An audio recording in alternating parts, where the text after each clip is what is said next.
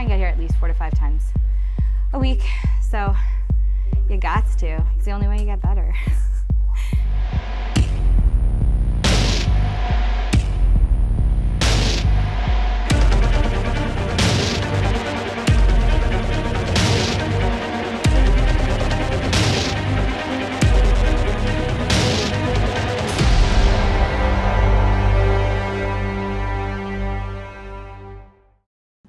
I'm Jess King, I'm 31 years old, and I am a competitive Muay Thai fighter.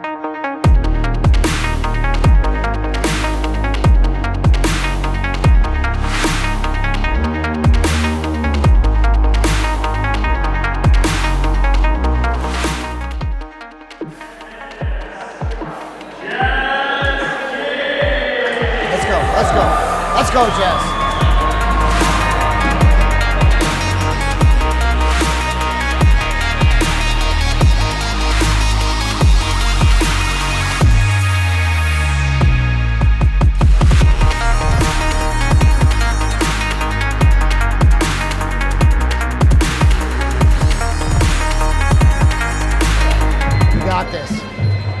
Let's go one round at a time, Jess. All right? Implement your game. You got this. This is your fight.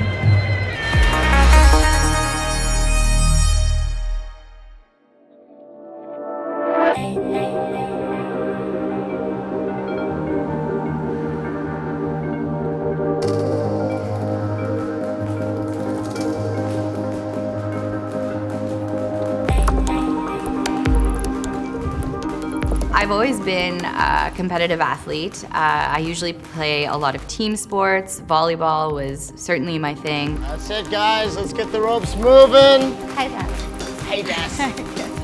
Hey, Joel. 20 seconds. Let's push.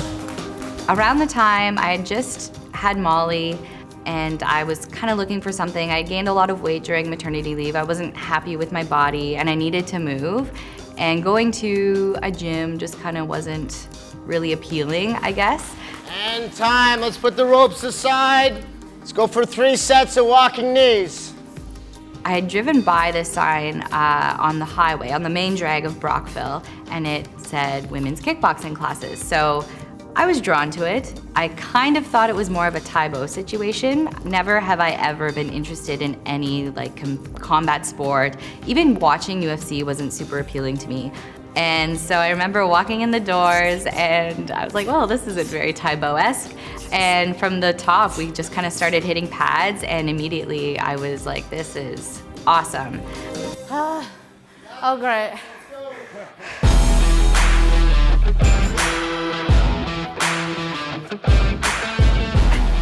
I didn't take it super seriously for the first couple of years, and then I decided that I wanted to try sparring. After that moment, I was like, this is for me.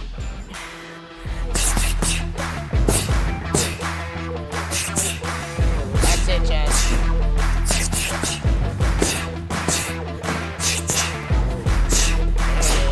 There it is. 30 seconds. All you got, let's go. I always say kickboxing is more of a gentleman's sport or gentle lady sport. So it was very much more points-based. I think for 2 years I ended up doing 8 sanctioned bouts. They were all very tournament-based, so I never did like a big show or anything like that. All of the fights that I went to were provincials, nationals, and then Waco has, they're called development tournaments. Like the difference with Muay Thai and kickboxing, I mean in Muay Thai you have the classes, and in kickboxing you kind of do as well, except it's a significant amount of fights before you get into the next class. That being said, going into the Muay Thai world, I was like, wow, this is gonna be a breeze. I've been kickboxing for 5 years. It's exactly the same thing. No, it is not. When you're in a Muay Thai ring, you're not going for points, you're going for knockouts. Head, body, liver, head. Nice. That's it, Jess.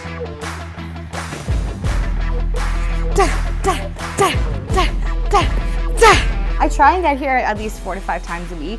And then when I'm not here, I do a lot of off-mat stuff because cardio and fights. The next closest gym is either Kingston or Kempville, right? So that's just like I can't drive 45 minutes every day and work and mom and coach volleyball and train, right? So having a gym here is everything for me. So it's fabulous.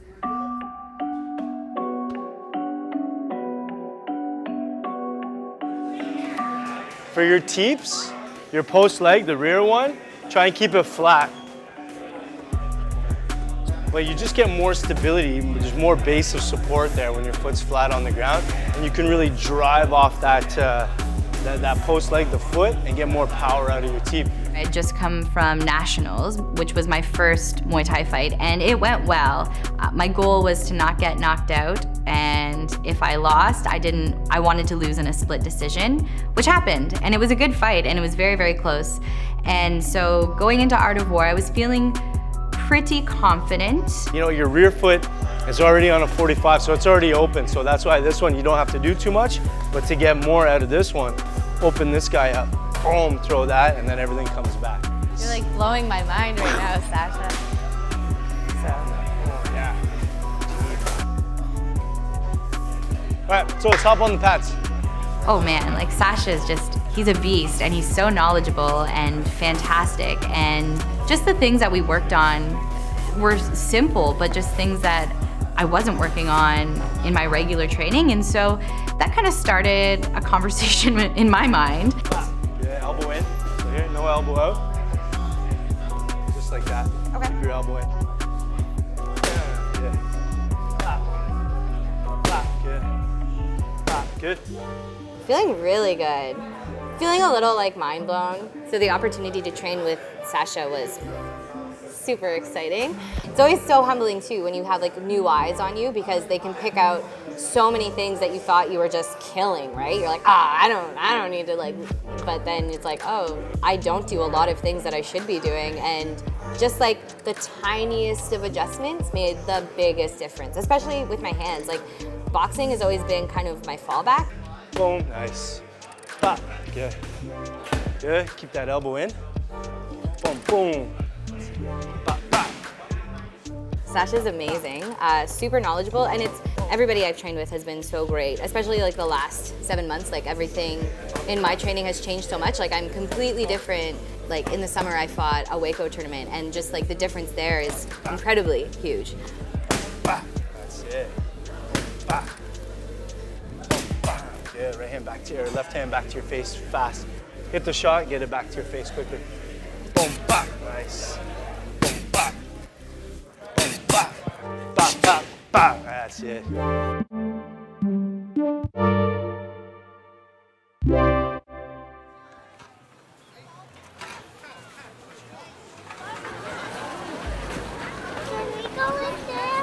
You want to go in there? Yeah, we can definitely go in there.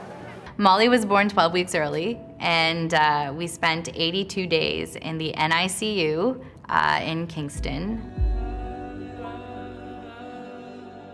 She was so small and so frail, and it's weird, like when you so much stuff happens, and it changed me. I mean, of course it did. You're watching something you made that should be with you all of the time not be with you, and being cared by other people that aren't you, and it's just like this whole new concept of motherhood and what it means to be a mom. I mean, you have a baby and innately you're just like, I am this person's protector, I am going to let nothing happen to this person, but then you have a baby who is 12 weeks early and there's nothing you can do. Like, you are not that person's protector. The only thing I could do was nurse her and pump. I couldn't even change her diaper. I couldn't hold her. I couldn't do anything. You want hot chocolate? You don't like hot chocolate. Yes, I do. No, you don't. Yes, you hate I it. do. Yes, It's I made do. from broccoli. No. Yeah, it is. I'm telling you. I mean, I remember the first night I spent with Molly without a monitor or any beeping or anything like that. I did not sleep. I don't think I slept for 2 weeks after we brought her home. So people deal with things a lot differently. For me, I guess food and Nutella was my thing. I was like dipping potato chips in Nutella. I was eating a lot, and I became just kind of a shell of a person. I was scared of everything. Like, there was a lot. I remember going to a grocery store and like hearing beeps at the grocery store and just like having a panic attack, or seeing an ambulance and like crying. So I probably needed to go see somebody and talk to somebody, and I didn't. That's where I ended up finding combat arts, and as soon as I started into kickboxing, that was like the one thing I could actually control, and it felt so good to have that control. Hitting the pads for the first time was like, it was just the biggest release, and so empowering. Yeah, it was the one thing that I could control, and I did, and that felt good. Woo! That was awesome. Was that fun? Awesome. She's like my biggest motivator and my biggest cheerleader. I was skipping the other day and she's like, "You're the best skipper in Brockville." But yeah, she's coming from such a humble beginning for her. She was the tiniest person in Kingston. And she's just so strong. I feel like I need to be just as strong as she is. And so I think fighting allows me to be that person for her.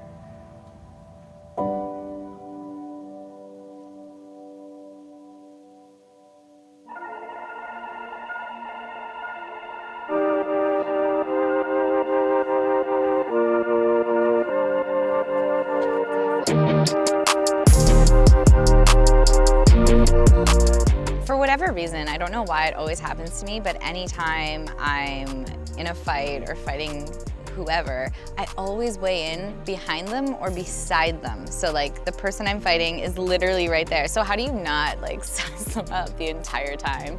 She looks nice. But yeah, so super proud, super ready, and just like wanna rock. The last time I was at the War Museum was to take in the events of the War Museum, not to punch and kick a girl in the face. I remember walking into the venue and just being blown away, and I was just kind of like, holy shit, like this is big. This is not nationals, this is not provincials, like this is a show.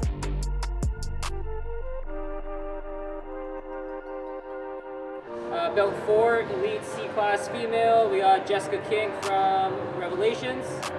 Right here, perfect. And with Olivia Sagan's the Loyalist. Perfect. I've never felt more prepared and ready for it, so I just wanted to do my best, put on a good show.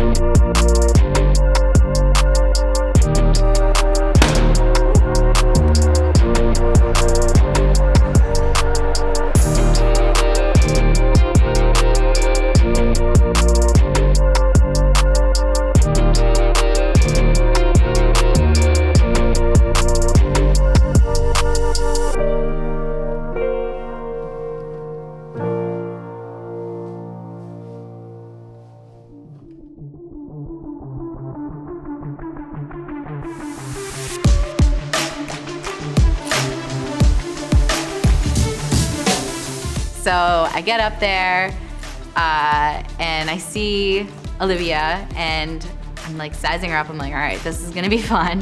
And I always get the same feeling every time I go into the ring, and it's mostly like, what the hell are you thinking? Like, why do you do this? Like, why are you doing this to yourself? You are literally going into a ring to get beat up by some girl who just wants to knock you out, and you're doing this willingly. Like, there is something wrong with you. That's my self-talk.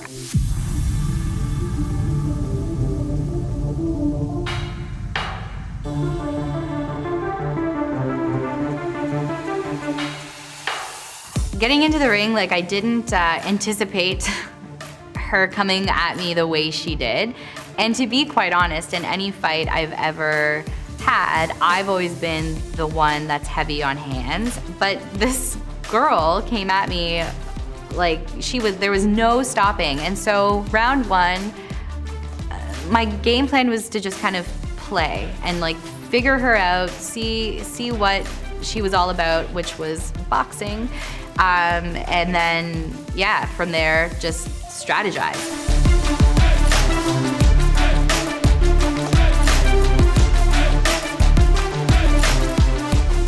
Eventually, the ref in the second round, he did call it. And when he called it, I was very confused. So I remember going into the corner And I remember, so prior to him making the call, I had looked at him, I was like, my helmet's kind of off, like you need to fix it, please.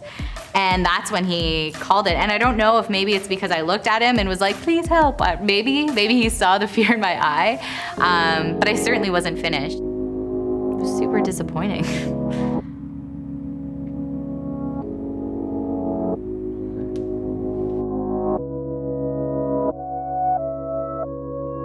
Capital Combat Parlay here with a very disappointed Jess King.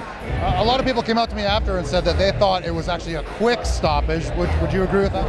Absolutely, I was not done. In fact, I looked at the ref and told him I was not done. So what's next for you?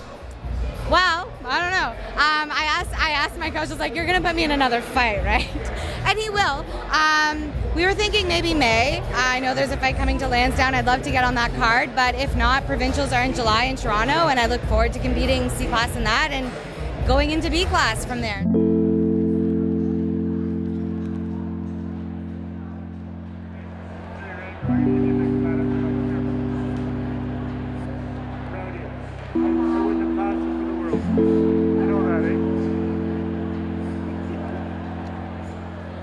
Sorry.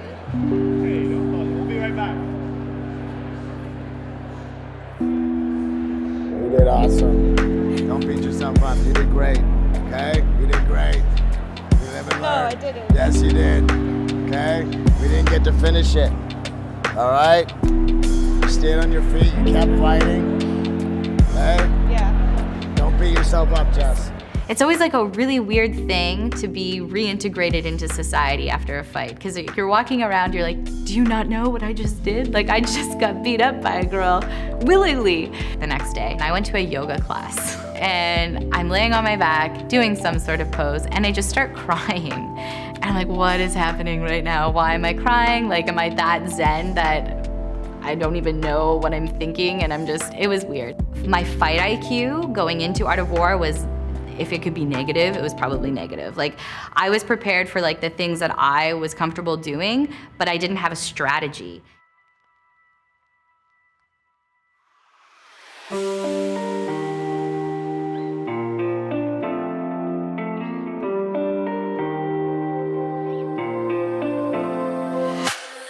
After Art of War, I had to make a decision as to what I wanted to do in terms of my Muay Thai career.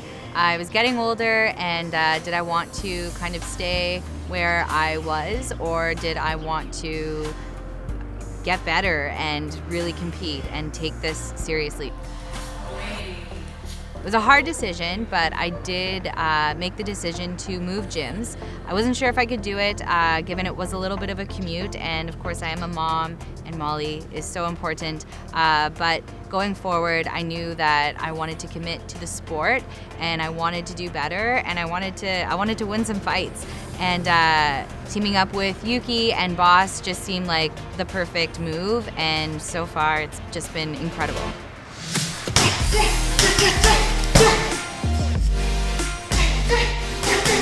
The hardest part of the decision was just believing in myself that I could do it and I could make it work, and also telling my old gym, Revelations, that I wasn't coming back. That wasn't easy. Coach Doug was great, but I needed something a little bit more, and I needed a gym where I could really, really excel with experience and learn from the people that were there. It's just a whole new level and a super steep learning curve, but it's been absolutely the best thing to have happened to me in the last year for sure.